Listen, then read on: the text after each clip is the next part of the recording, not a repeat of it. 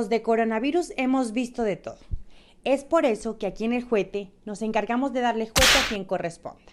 En vista de la situación que todos estamos pasando en este momento debido al coronavirus, el gobierno de Duque ha emitido varios decretos para ver cómo íbamos a solucionar la parte de la economía que tanto afecta a nuestra Colombia.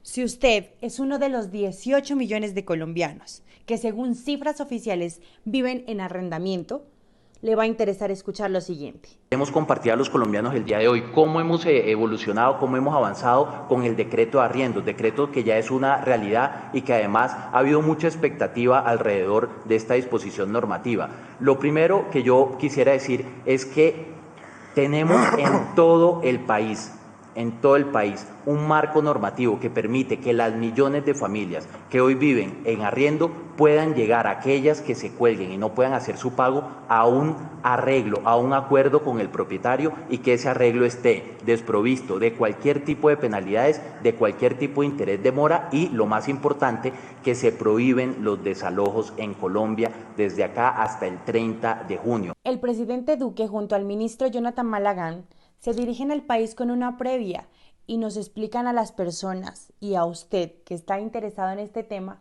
cómo iba a ser el tema del incumplimiento de multas, pagos y como tal, cuál iba a ser el tratamiento para dichos arrendamientos. Y efectivamente, claro, señor Malagán y señor presidente, que existen dos sectores vulnerables que son afectados por este tipo de contrato, que como se diría históricamente, los creadores, los ingeniosos romanos, el locatio conductio rei. Luego, el presidente de manera más formal emite el decreto 579 del Ministerio de Vivienda con el fin de evitar los desalojos para los arrendatarios, pero sin dejar de un lado al arrendador, porque recuerden, como lo dijimos anteriormente, las dos partes son afectadas. Pero antes de pasar a ver lo que dijo el presidente, vamos a ser claros y vamos a explicar esta figura. Esta figura de arrendamiento existe desde el siglo II a.C., inventado por los ingeniosos romanos, como les suelo decir, porque qué berracos para inventarse tanta vaina desde ese entonces, ¿no?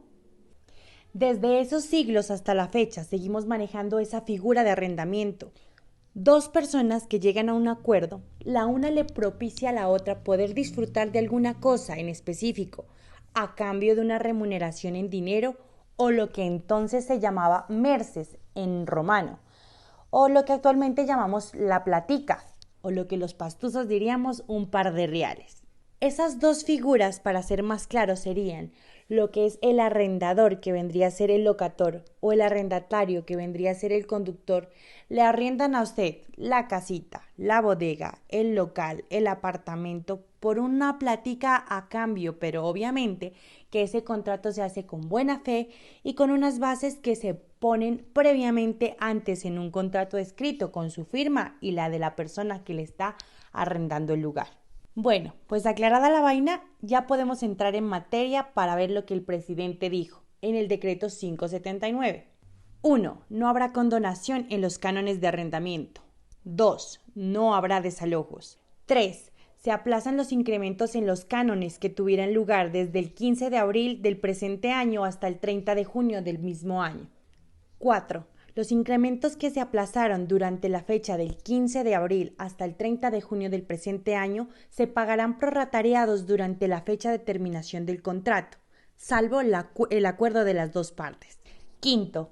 Dentro de estas fechas, el arrendador no podrá cobrar ni penalidades, ni moras, ni sanciones, ni intereses. 6.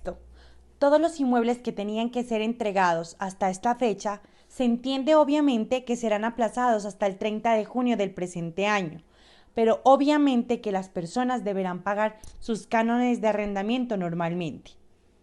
7. Las exenciones aplican para inmuebles comerciales y residenciales. 8. Aplica para todas las entidades sin ánimo de lucro, micros, pequeñas y medianas empresas. Dicho lo anterior, salimos a la calle para ver a esos bandidos y jodidos que andan por ahí para saber si tenían claridad de lo que acabamos de explicar y ver si efectivamente se merecían juete o no. Mi nombre es Cristian Erazo y estamos aquí en nuestro programa que se llama El Petazo. Señor Carlos, ¿usted tiene conocimiento sobre el decreto presidencial el 579 de que ¿Está prohibido el desalojo a los arrendatarios? No, la verdad no, No tiene. no tengo idea, no. ¿Usted en este momento vive en arriendo o paga o tiene casa propia? No, yo pago arriendo. ¿Usted vive en arriendo? En arriendo no, Casa propia. familiar. ¿Usted en este momento vive en casa propia, paga arriendo? No, yo sí vivo en casa propia. ¿Usted en este momento tiene casa propia, paga arriendo? Pues personalmente yo tengo donde vivir, ¿no? Con mi familia, pero también tengo el caso de una hija que ella paga arriendo y es acá en el condominio Altavista. Pues anteriormente, como el esposo trabajaba, ella no tenían dificultad, ¿no? Pero como el esposo ya quedó, es un trabajador independiente, pues ella le quedó sin trabajo.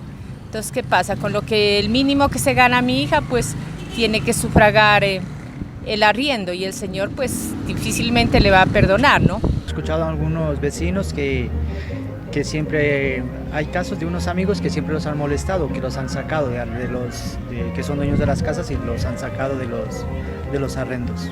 ¿Usted qué opina pues de este decreto del gobierno en el cual pues el presidente prohíbe pues que sean desalojados? ¿Es un alivio para usted o no lo ve como un alivio? Pues es un alivio, pero a la vez no, porque, o sea, los arrendatarios hay algunos que exigen, no les importa lo que dice el gobierno. Sí, señores, la pandemia no solamente nos abrió los ojos, sino también nos muestra una realidad. Juguete para todos aquellos que olvidan un reglamento. Señores, ¿ustedes tienen en claro los decretos del presidente? Pues se lo repito. El primero, está totalmente prohibido el desalojo, el aumento en el canon de arrendamiento, el inicio de contratos de arrendamiento. Entre ellos hay muchos más, pero nombramos los más importantes. No seamos uno de los colombianos que está dentro del montón. Seamos un nariñense de bien. Por favor, no te aproveches de las personas que no cuentan con un salario mínimo. Y si en este momento no han cumplido con tu obligación, pon la mano en tu corazón y di que eres solidario.